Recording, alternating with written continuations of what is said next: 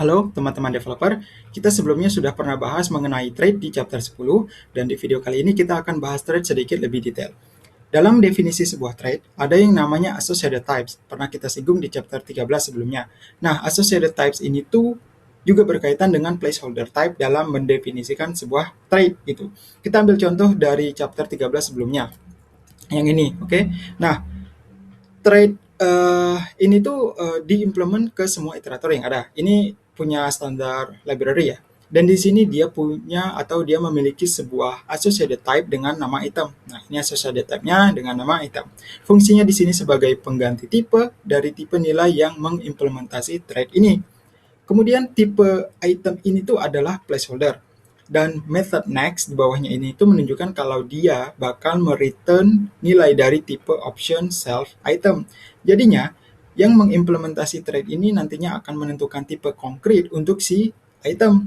Mungkin semacam U32 atau I32 gitu ya. Dan method next akan mereturn option yang berisikan nilai dengan tipe konkret itu tadi. Secara nggak langsung mirip kayak konsep generik yang mana kita bisa cukup mendefinisikan fungsi yang mau kita buat tanpa perlu menentukan tipe apa yang harus digunakan oleh fungsinya gitu. Kita coba buat contoh deh, contoh perbandingan untuk si generic dan associated type ini.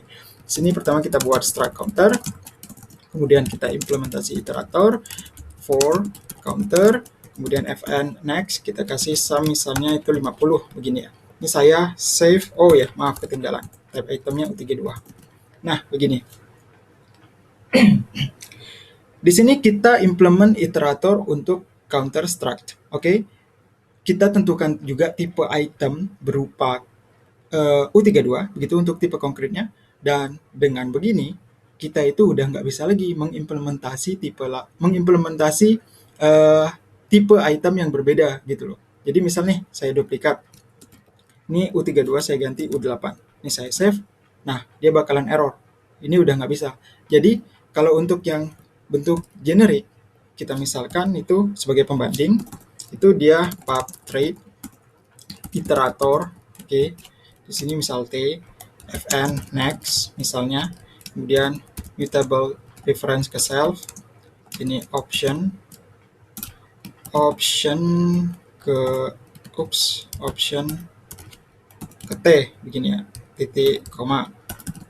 Oke, kemudian di sini kita implementasi iteratornya, iterator for counter sini, kemudian di sini adalah misal U32 gitu ya. Kemudian fn next gini, kemudian sum misalnya 50 gini ya. Saya save, lalu duplikat U32 jadi U8. Ini saya save. Nah, yang begini tuh bisa kalau pakai generic. Jadi kita tuh bisa mengimplementasi dua macam iterator untuk tipe yang berbeda gitu. Yang jelas untuk bedanya sendiri itu kalau associated types, oke, kita cuma bisa punya satu tipe konkret dengan satu implementasi saja, dan kalau dengan generic kita bisa punya beberapa tipe konkret per implementasinya seperti itu. Oke, kemudian kita saat kita menggunakan apa ya generic type parameter, kita bisa menentukan tipe konkret default untuk si generic. Gunanya sih biar yang mengimplement nantinya nggak perlu lagi ngasih tipenya gitu. Dia ada kok caranya itu pakai sintaks itu. Ada sintaksnya nanti placeholder type sama dengan concrete type gitu. Ini saya sudah buat contohnya deh. Mana dia? Ini. Oke, ini saya cut. Ini saya paste di sini. Nah, seperti ini. Di sini di contoh ini kita mau menambahkan nilai antar dua instance point, oke? Jadi add thread yang kita gunakan di sini tuh dia punya associated type dengan nama output, dan di sini kita set dengan point struct yang juga sebagai return method add-nya, oke? Dan dalam method add sendiri kita buat field x dan y. X dan Y ditambahkan dari field yang sama tapi dari instance lain gitu, dari other gitu ya. Nah, dari hasil kalkulasinya kita pakaikan ke poin yang akan di return gitu. Dan di main function kita pakai assertion untuk ngecek hasilnya gitu. Di sini sih udah sesuai dong. Karena kan hasilnya 3 gitu, kita tambahkan aja gitu. Ini kalau saya running juga dia nggak akan error sih. Nah, begitu. Oke. Dan kalau definisi dari add thread itu kira-kira semacam ini deh. Kalau ininya mungkin di sini. Trade add. Nah ini dia sintaksnya tadi itu placeholder type concrete type. Nah begini. Kemudian di sini ada type output, kemudian fn add self rhs, kemudian rhs, lalu di sini adalah self output.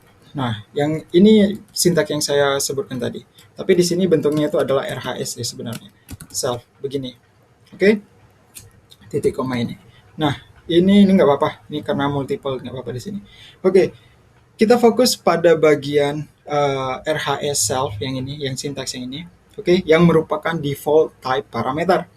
RHS ini sendiri itu adalah singkatan dari right hand side. Jadi singkatan dari right hand side begini. Ini mungkin tutup aja kali ya, biar nggak kelihatan errornya. Sini seperti ini. Nah begini biar enak. Oke, jadi dia itu singkatan dari right hand side dan juga tipe yang akan diberikan ke method add.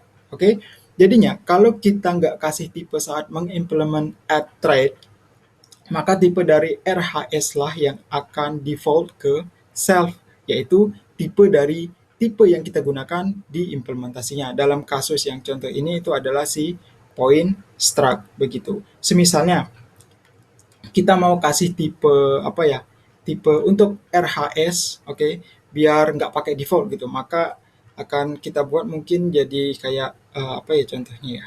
Mungkin ini deh, ini saya buka dulu, ini saya tutup, kemudian ini ini dibuka lagi.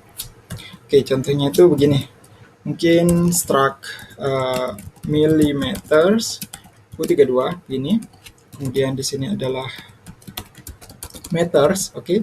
Kemudian import add meters, kemudian sini 4 millimeters.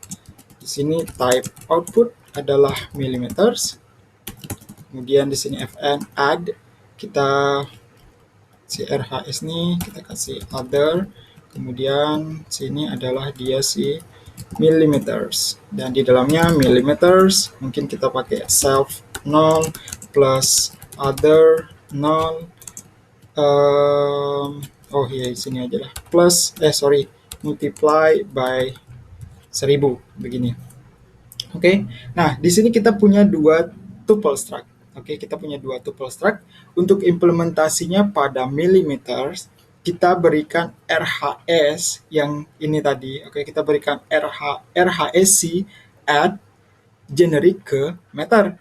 Oke, generic ke meter struct untuk digunakan dalam method add, dan return method add sendiri adalah berupa millimeter, juga sesuai dengan associated type-nya seperti itu. Oke. Baik, selanjutnya kita bisa memiliki nama method yang sama dari beberapa thread yang berbeda, dan kita bisa mengimplement beberapa thread itu pada satu tipe, serta kita bisa membuat method dengan nama yang sama dengan yang ada di dalam thread-thread tersebut. Contoh, ini saya sudah ketik juga di sini. Oke, ini saya tutup dulu, ini saya paste di sini. Nah, seperti ini. Jadi di sini kita punya dua thread, yaitu pilot dan juga wizard. Keduanya punya method dengan nama sama, yaitu fly. Oke, ini punya dua method dengan nama sama. Lalu kita implement kedua thread ini ke human struct yang ini. Oke, yang juga kebetulan human struct ini punya punya method dengan nama fly juga gitu loh. Kalau di sini kita bedain berdasarkan teksnya aja sih, yang ini kita bedain berdasarkan teksnya biar gampang gitu. Kalau kita lihat di bagian main function kan ini kosong, dan semisal kita isi misal let person human misalnya, kemudian person dot fly. Nah, ini saya save. Oke. Kalau saya running, nah yang jalan itu ataupun method yang dipanggil itu adalah punya human struct sendiri gitu loh. Ini kan muncul waving arms furiously. Yang ini kan punya si human struct. Jadi kita haruslah secara eksplisit memanggil method yang sesuai, sehingga kita ubah yang ini itu jadi begini, pilot fly, kemudian reference ke person. Begitu juga untuk yang wizard. Nah, seperti ini. Oke, ini kalau saya running lagi, nah ini barulah dia kepanggil tuh masing-masing untuk si trade-nya. Kalau ini kan lebih eksplisit, memang harus seperti ini. Ini untuk yang person ini kita bisa buat kok begini. Human fly, di sini adalah person. Nah, ini bisa seperti ini. Oke. Dengan begini itu RAS bisa tahu metode mana yang harus dijalankan berdasarkan reference self pada metodenya gitu loh. Meskipun jika ada dua tipe yang mengimplement satu thread yang sama, RAS tetap bisa ngerti bagian mana yang harus dijalankan gitu. Dan berdasarkan contoh ini, kita tahu kalau struct kan punya associated function, ya kan, yang nggak ada self parameter itu. Jika kita punya beberapa traits atau types yang memiliki function dengan nama sama, dan kita mau panggil untuk masing-masing tipe dalam kasus associated function ini, RAS nggak akan bisa tahu mana yang sesuai untuk dijalankan gitu loh. Contoh, ini saya juga sudah ketik. Ini saya tutup aja di sini. Kemudian di sini, oke, saya save. Nah, di sini kita buat satu thread, animal thread, oke, dengan punya function namanya baby name, oke. Terus thread ini kita implementasi ke docstruct dan kita kasih teks puppy. Oke, di sini kita implement, kita kasih teks puppy. Tapi docstruct ini juga punya associated function dengan nama function yang sama, oke, baby name juga. Serta kita kasih teks yaitu spot, oke. Dan di main function kita panggil dog baby name. Oke, kita panggil dog baby name. Nah, ketika ini dijalankan, oke, kita menjalankan ini tuh yang dijalankan adalah milik si implementasi punya si dog ini. Oke, bukan si animal yang sudah kita implementasikan di sini. Oke, dia itu malah menjalankan yang associated function milik si struct, begitu maksudnya. Hasilnya munculnya spot. Kemudian misalkan kita pengen panggil baby name si punya thread ini dari animal thread yang punya output harusnya puppy, kan begitu. Kita mungkin berpikir bakal panggil itu kayak gini nih. Kayak yang tadi, animal. Begini kan. Saya save nih. Nah, ini tuh error. Sama seperti contoh pilot dan wizard yang sebelumnya ini. Oke.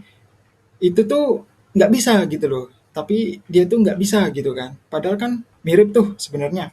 Nah, di sini dia nggak bisa karena baby name function di animal trait, oke, di animal trait ini nggak punya parameter self seperti pilot dan wizard sebelumnya. Dengan kemungkinan adanya tipe lain selain dog yang mengimplement trait animal, RAS itu nggak bisa tahu implementasi animal baby name yang mana yang harus dijalankan seperti itu. Untuk kasus ini kita perlu menggunakan yang namanya fully qualified syntax. Jadi di sini itu kita buat seperti ini nih, dog as animal. Nah, ini saya save, kemudian saya running, maka yang muncul adalah yang puppy. Nah, dengan bentuk begini kita ngasih tahu RAS kalau kita mau menggunakan fungsi spesifik dari implementasi animal trait pada dog struct seperti itu. Ini udah sesuai. Kemudian kita bisa bikin trait yang bergantung pada trait lain. Ini tuh dikenal dengan istilah super trait. Untuk sebuah tipe yang mengimplement trait pertama, haruslah juga mengimplementasi trait kedua. Gunanya biar kita bisa menggunakan item dari trait kedua seperti itu. Contoh, di sini saya tutup juga yang ini. Kita ketik di sini use std fmt, kemudian di sini fn main, kemudian di atas ini trait outline print misalnya. Sini fmt display, ini display. Oke, fn outline print. Sini ada self, kemudian di sini ada let output, sini ada self to string, let len, sini ada output dot len, Kemudian di sini print line. Di sini ada dia bentuknya itu bintang begini, repeat. Di sini kita kasih len plus 4. Oke, kemudian di sini kita duplikat aja nih.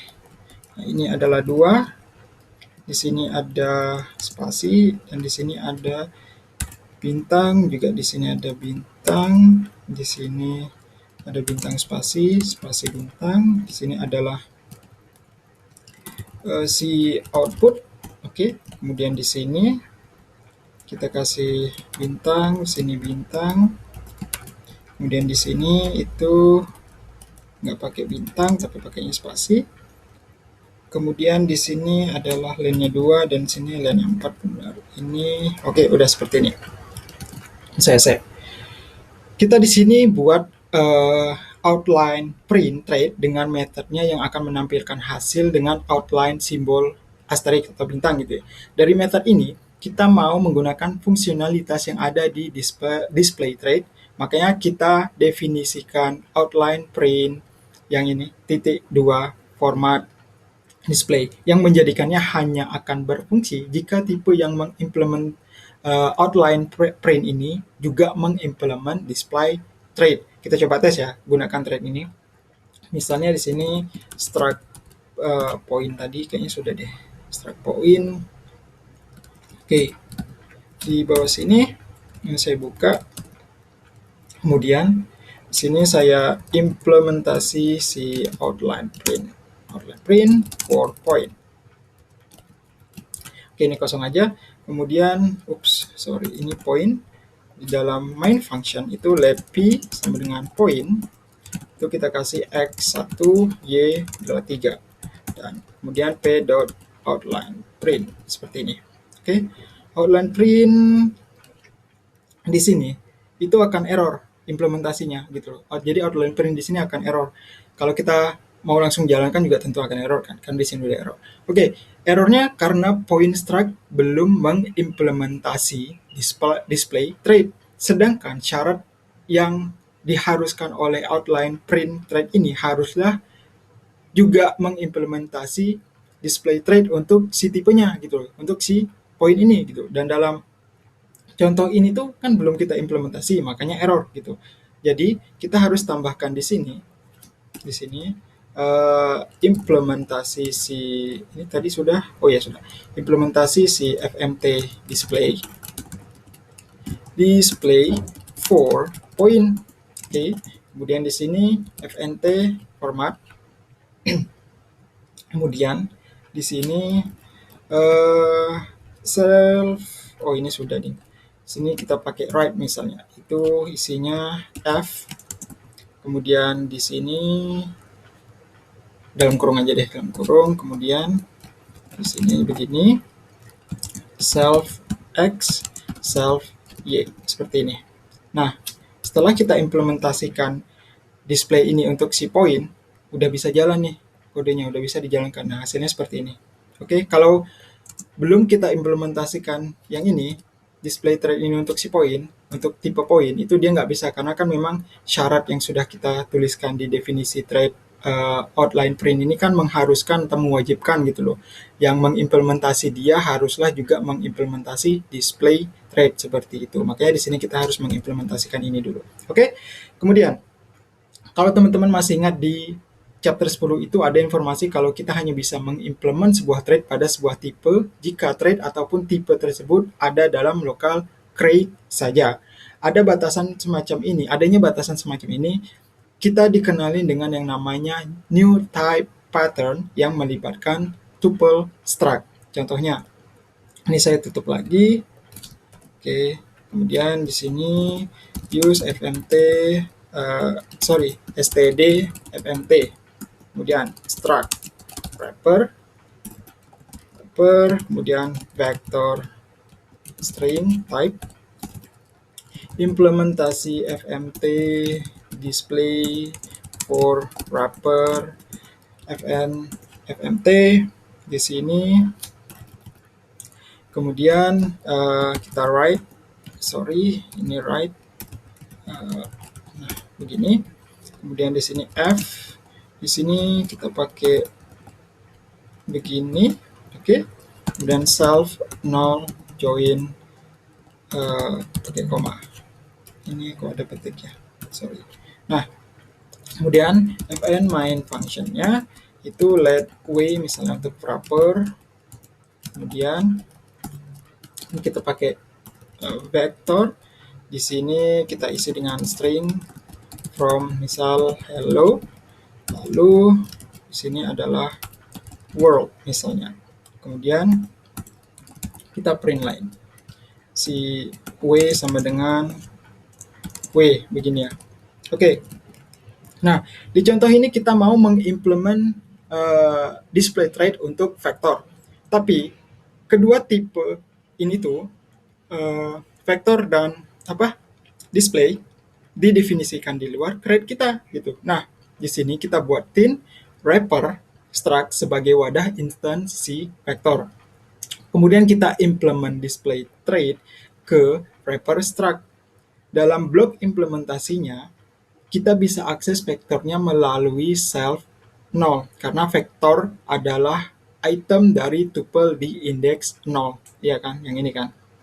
Dengan cara ini tuh menjadikan wrapper struct sebagai new type sehingga kita nggak bisa manggil method-method milik vector type yang ada di dalamnya secara langsung melalui wrapper ini seperti itu.